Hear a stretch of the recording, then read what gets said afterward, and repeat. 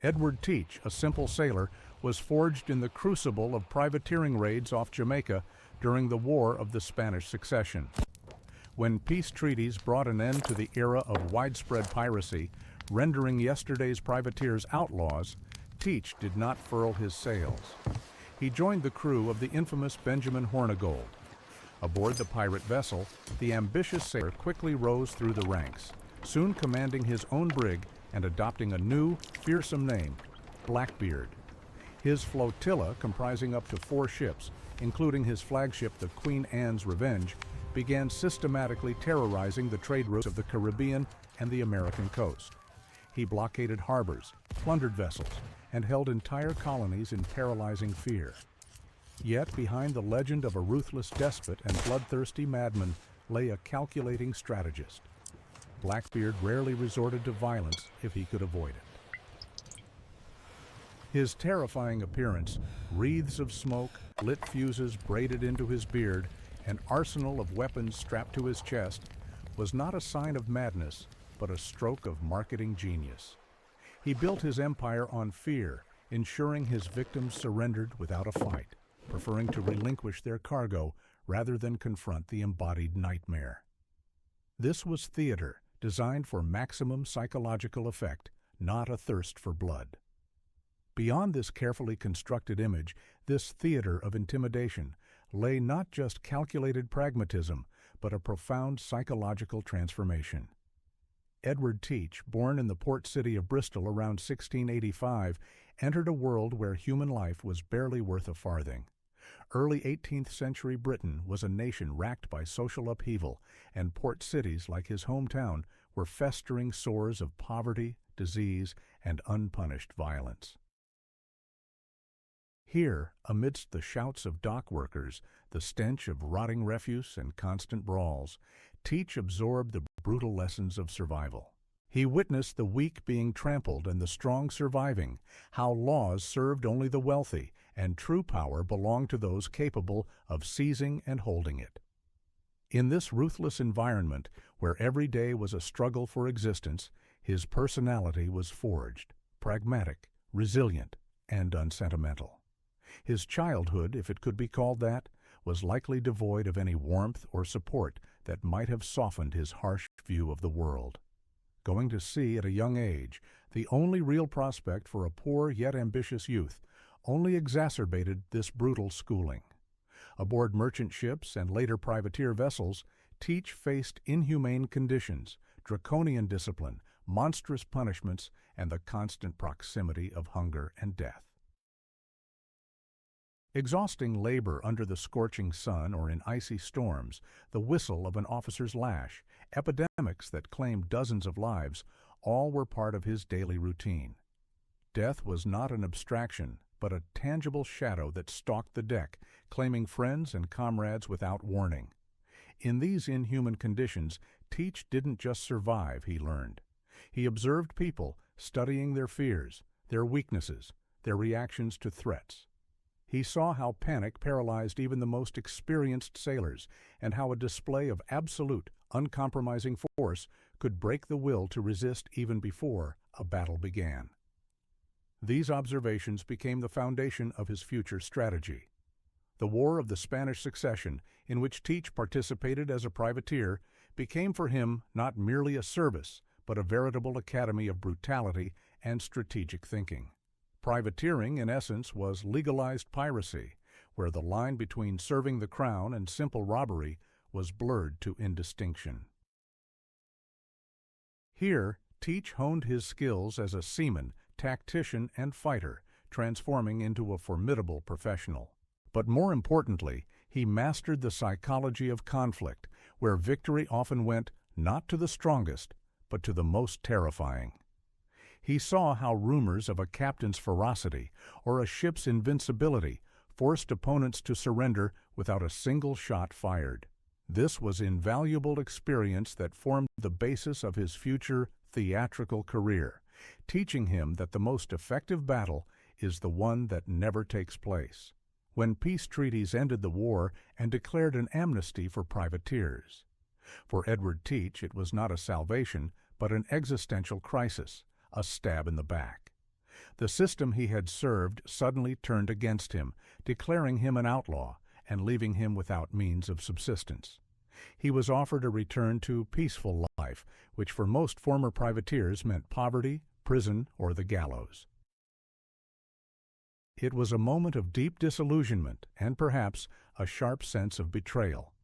He saw how his former comrades tried to integrate into a world that rejected them, and how most of them met an inglorious end.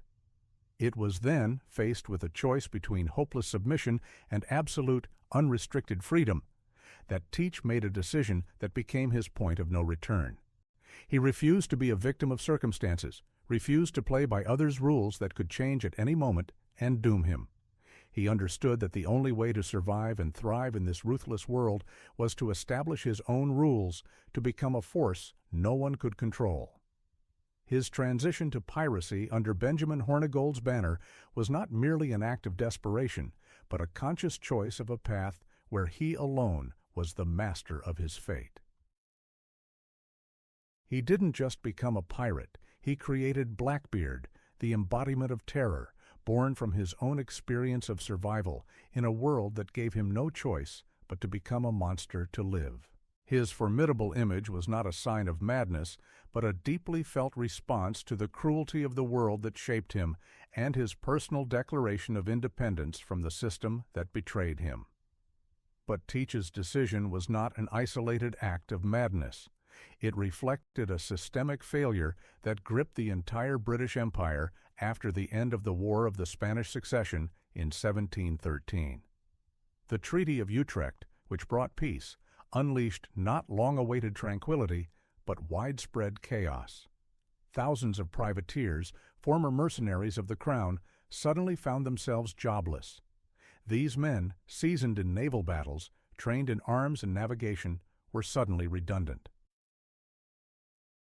The Royal Navy was shrinking, and the merchant fleet could not absorb such a large number of experienced, now unemployed, sailors.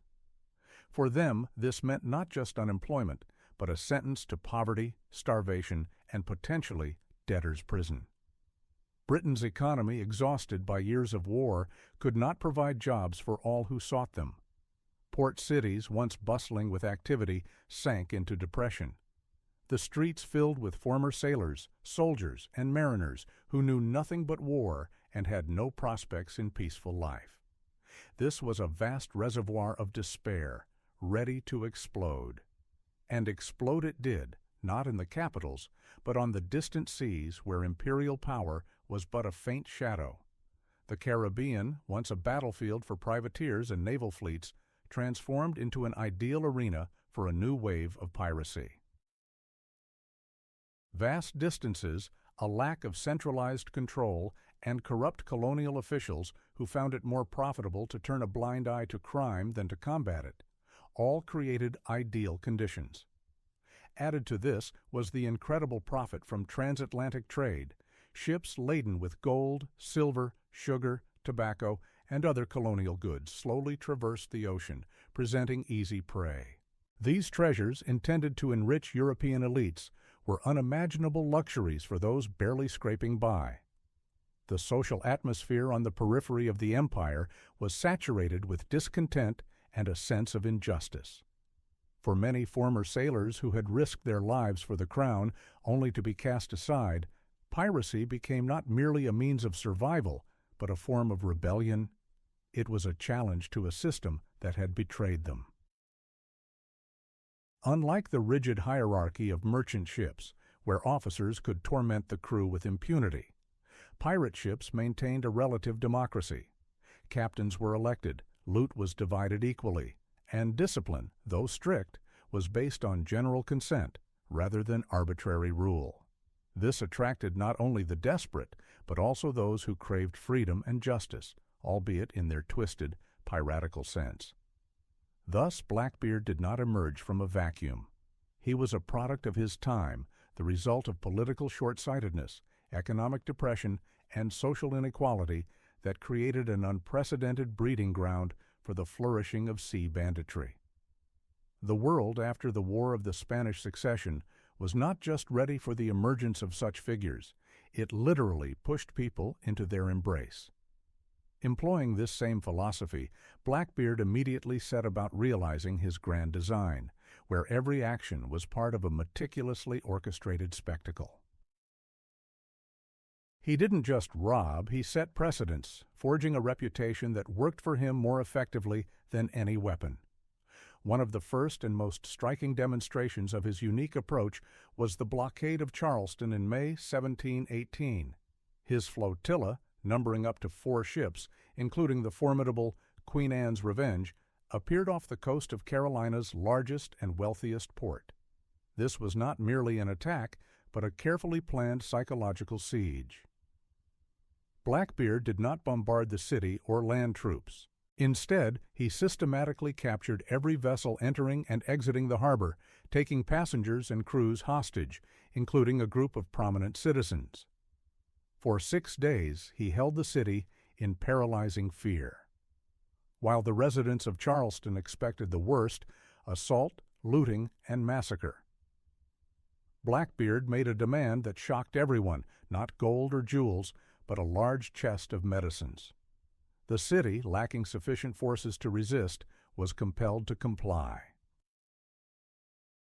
The governor sent 2 negotiators with the required medicines, but they were detained, and only 2 weeks later did one of the pirates deliver the medicines to Charleston, promising that the hostages would be freed. And they were freed, unharmed, but completely robbed. This operation was a triumph for Blackbeard. He demonstrated his power, his ability to paralyze a major port without shedding a drop of blood, and at the same time obtained what he needed, solidifying his reputation as an unpredictable but mortally dangerous strategist. This was not merely a swindle, but a masterclass in perception management, where intimidation became a tool to achieve goals without direct conflict. No sooner had Charleston recovered from the shock than, in June of the same year, Blackbeard pulled off another, far more cynical operation, this time against his own. Off the coast of North Carolina, near Topsail Inlet, now known as Beaufort, his flagship, the Queen Anne's Revenge, and another large ship, the Adventure, ran aground. The official version, which Teach circulated, spoke of a navigational error. However, for those who understood his calculating mind, the truth proved far more complex and deliberate.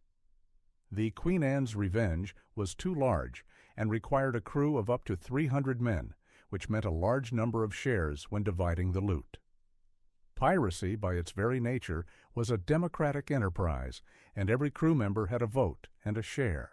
Eliminating the flagship allowed Blackbeard to reduce his crew size, get rid of potentially discontented or unreliable voices, and, most importantly, increase his own share of the treasures, which were now being transferred to smaller vessels. He left most of the crew on a deserted island, effectively betraying them, and departed with a select circle of trusted individuals and the most valuable part of the loot, estimated at £30,000 sterling. This deception, presented as an accident, was in fact a cold-blooded act of consolidating power and wealth, demonstrating that even his closest associates were merely pawns in Blackbeard's grand game. He was willing to sacrifice anyone and anything for his own gain and control, definitively transforming from a simple privateer into a ruthless architect of his own destiny. This cold-blooded purge of his crew, disguised as an accident, further painted Blackbeard as a master manipulator. He didn't just hold people in fear, he masterfully managed their expectations, using both carrot and stick with disarming effectiveness.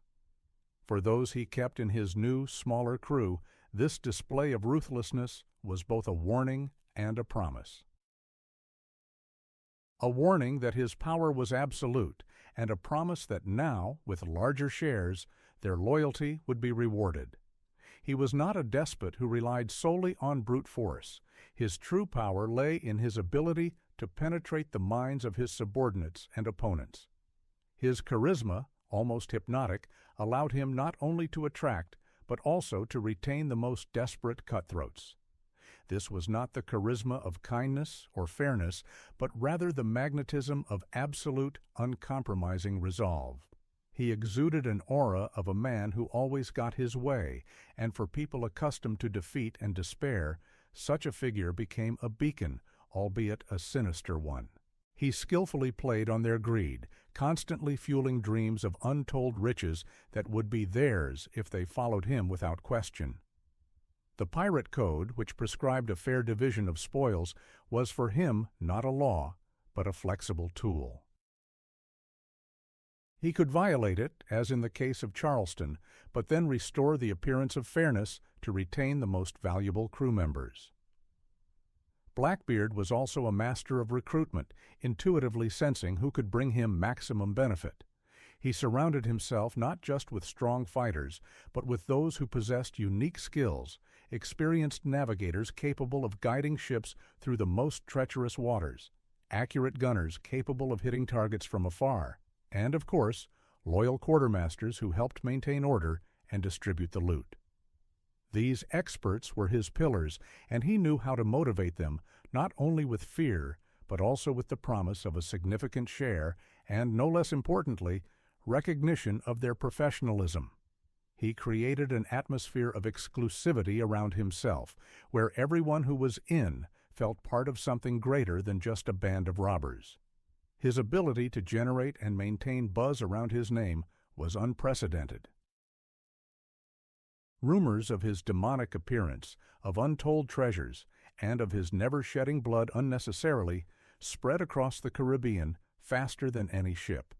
He didn't just raid, he staged public performances, demonstrations of power and unpredictability that became legends even in his lifetime. The Charleston blockade, where he demanded medicine instead of gold, was a brilliant move that cemented his reputation not merely as a robber, but as a monster whose motives were unfathomable and thus even more terrifying. He deliberately maintained this aura of mystery, never fully revealing his true intentions.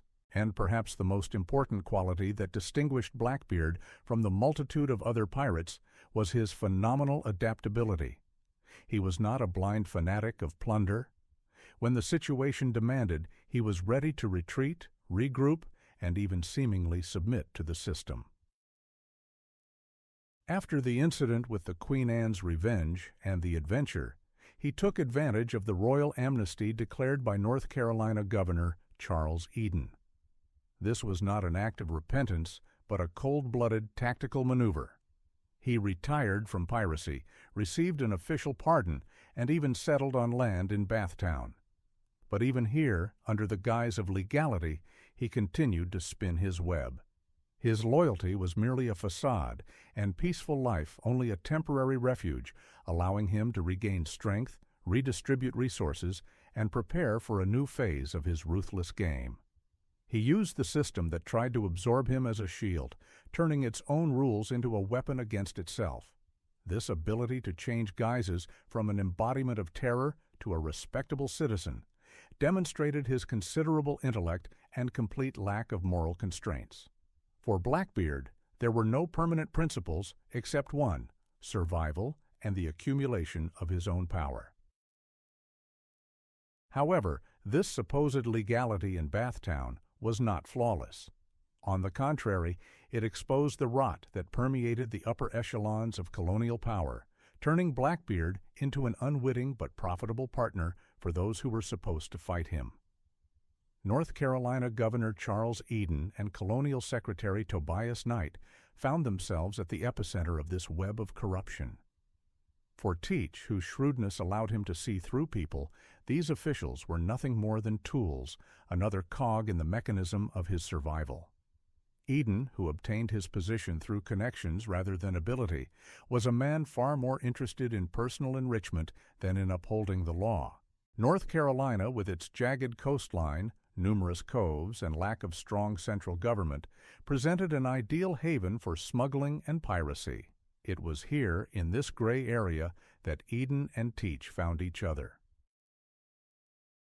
The governor turned a blind eye to minor and major violations of the law, allowing Blackbeard to use Bathtown as a base for his operations, and in return received a generous share of the spoils. This was not merely a bribe, but a meticulously constructed system of mutually beneficial cooperation where each participant maximized their gains.